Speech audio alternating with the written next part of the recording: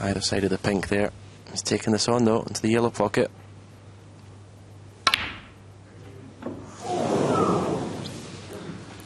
Ronnie O'Sullivan 1. Well, he didn't hold back on it, did he? Saw it as a frame-winning chance when he came to the table, and you could say slightly pushed the bolt out. Well, surely. Has he covered? Well, he's got away with it. He's covered the path to the red that was possible. Very fortunate there.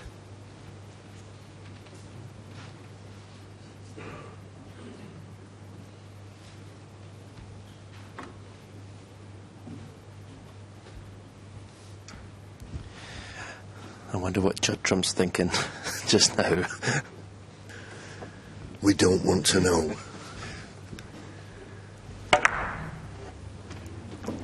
there you go, and then once that cue ball had bounced, I just assumed he'd left the red to the left corner, but he's nestled on the red and left nothing.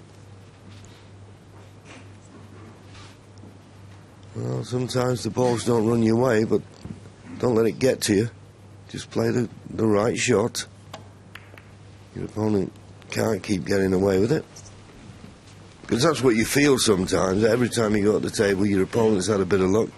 But believe me, all the years I've been sat in this commentary box, it definitely evens out.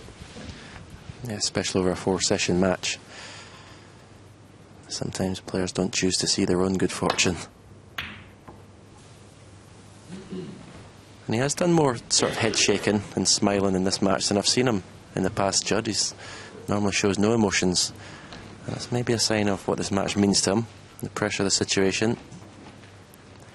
There you go, another little expression there. You don't normally see anything from Judd.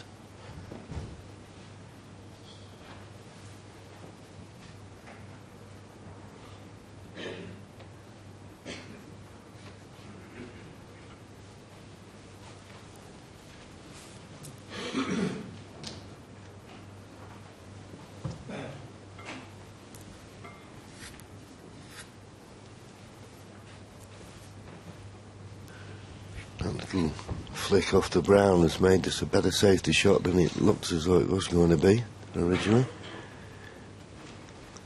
There you go. He just can't get through to that red on the left-hand side of the table. He's looked at those two reds just above the black, but he's got to be careful of that red just to the left of those, or right of them now as we look, that he doesn't run into that one. If he's playing this, he's got to catch it very thin.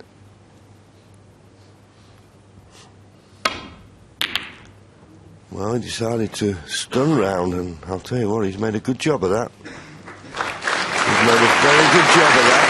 The red that he's gone into could have finished adjacent to the middle, but fair play.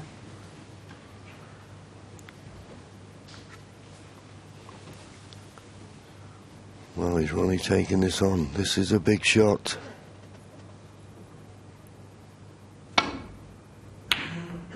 That was a big shot, and if he kisses a pink, he's going to leave Judd with a good chance here. Ronnie goes back to his seat with a 23-point lead, but not for long.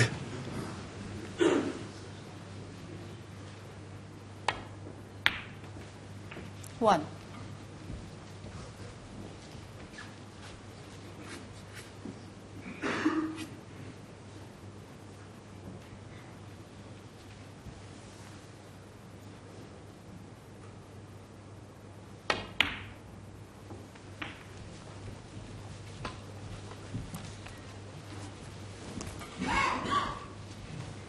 Six.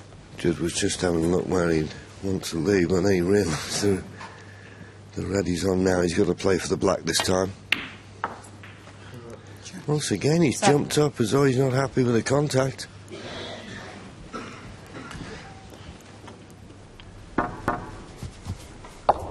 Well, I mean, if he's thinking he's getting lots of kicks, I think he needs to start possibly getting the cue ball clean before he plays these follow-through shots. I know he likes to get on with it, but...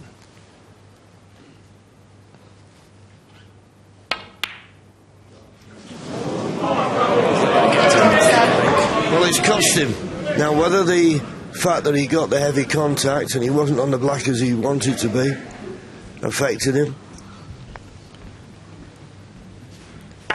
Wasn't a tough black though, was it? I don't think his focus was back on the shot. I think he was still thinking where he should have been with the cue ball if he didn't get the contact. Yeah, we say that this is a marathon of the mind, the World Championship, and a lot of it is all about concentration.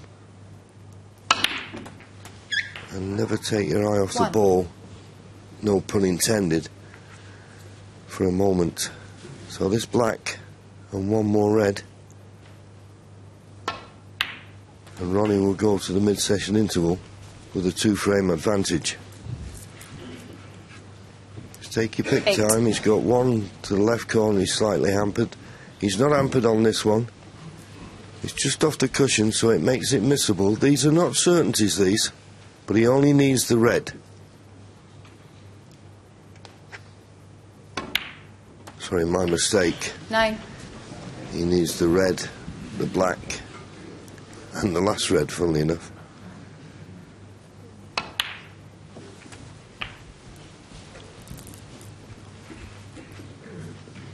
$60. So this is the tricky red, just off the cushion.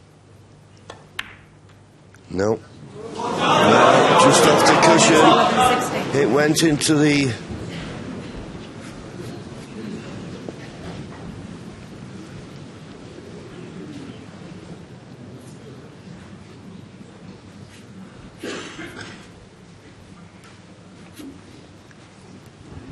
It's amazing the difference these shots make. If that red's tight in the cushion, as you say, John, it's an easy shot. 1. Judd's played a poor positional shot there. It's definitely edgy out there this morning. Yeah, it seems every time he plays a shot, he's jumping up, not happy. You can get on the yellow. I think this is probably the only place it goes, in the same pocket he's potting the green. There's a little bit of pressure on this now, and he doesn't look comfortable. He's 15 points to lead, so he needs the green, and then yellow and green.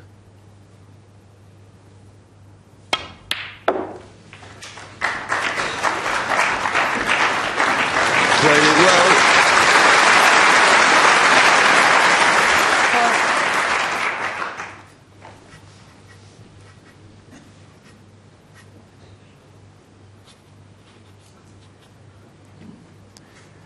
Just has to judge the cannon on the pink here. Doesn't want to snooker himself on the green.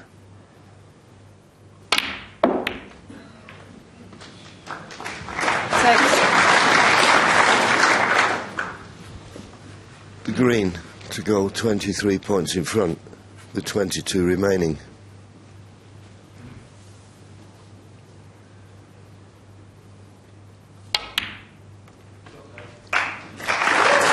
So probably the scrappiest frame of the morning so far, but that won't bother Judd Trump. It's been very tense out there, and he's hanging on to Ronnie's shirt tails. And that's, 13. I think, what we've all agreed that he needs to do. Stay with Ronnie. Don't give Ronnie too much leeway.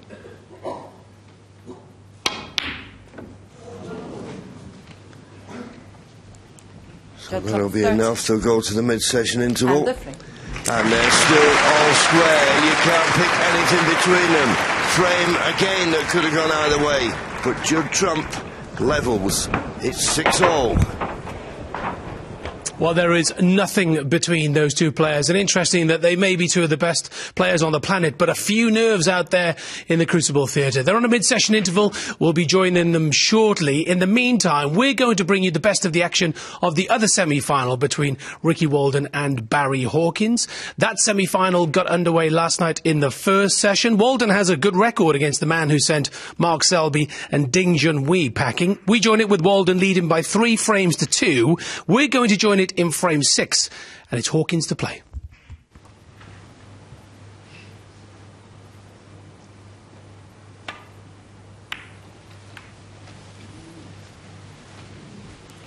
Well, when you consider he tried to get to the ball cushion You can see how far he's under hit that. Just not getting through the ball. It looks like the table's playing very slow, but I just think they're not getting through the ball and not getting any top spin or back spin when they play these shots.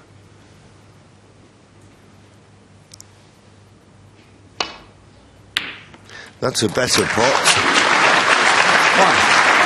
Bit low on the black, so the black's a bit tricky, but got that right in the heart of the pocket. That seemed to have a little bounce, didn't it, when the cue ball and object ball made contact?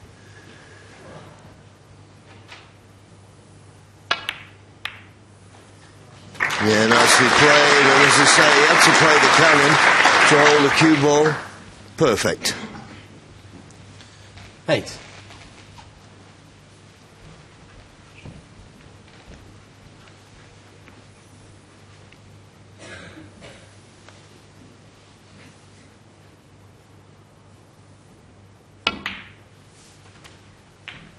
Nine.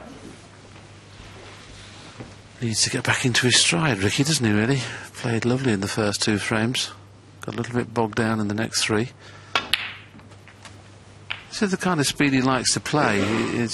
He was down at 16 seconds a shot after the first 2 frames. It's gone up to 21 now because of this 16. The safety that's been played. He's a lot better player when he plays fast.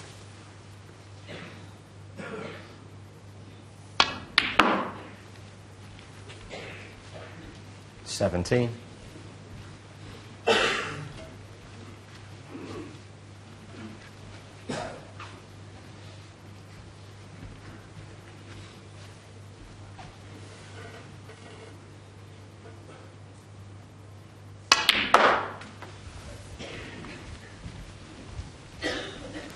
Didn't have the perfect angle on that yellow, so I had to force an angle, and 90.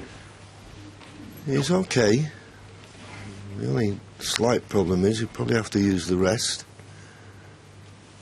Oh, he's going to be at full stretch, using that little extension.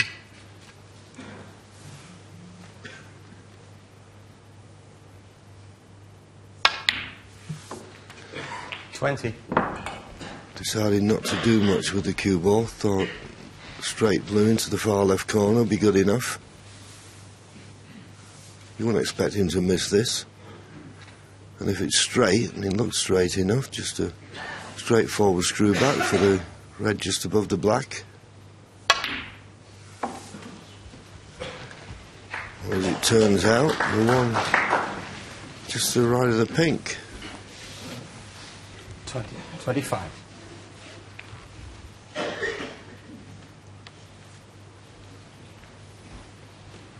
Just looking if he runs through whether the pink's available into the right corner.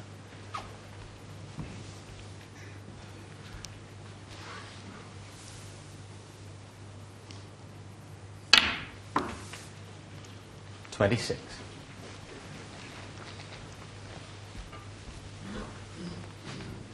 He's a busy player, isn't he? He's a very busy player, Ricky.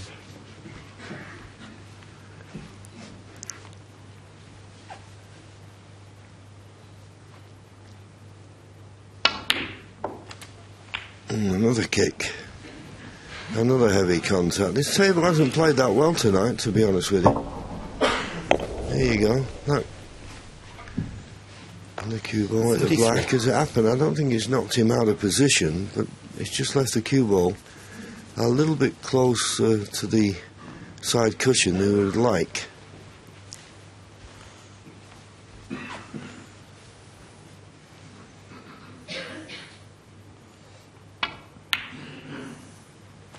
It's okay. 34. We're going to have to play a cannon now. This could be the key shot to this frame. There's one loose red, but the angle he's got on the black, he can't play for that. So he's got to go into them. You always need a little bit of luck.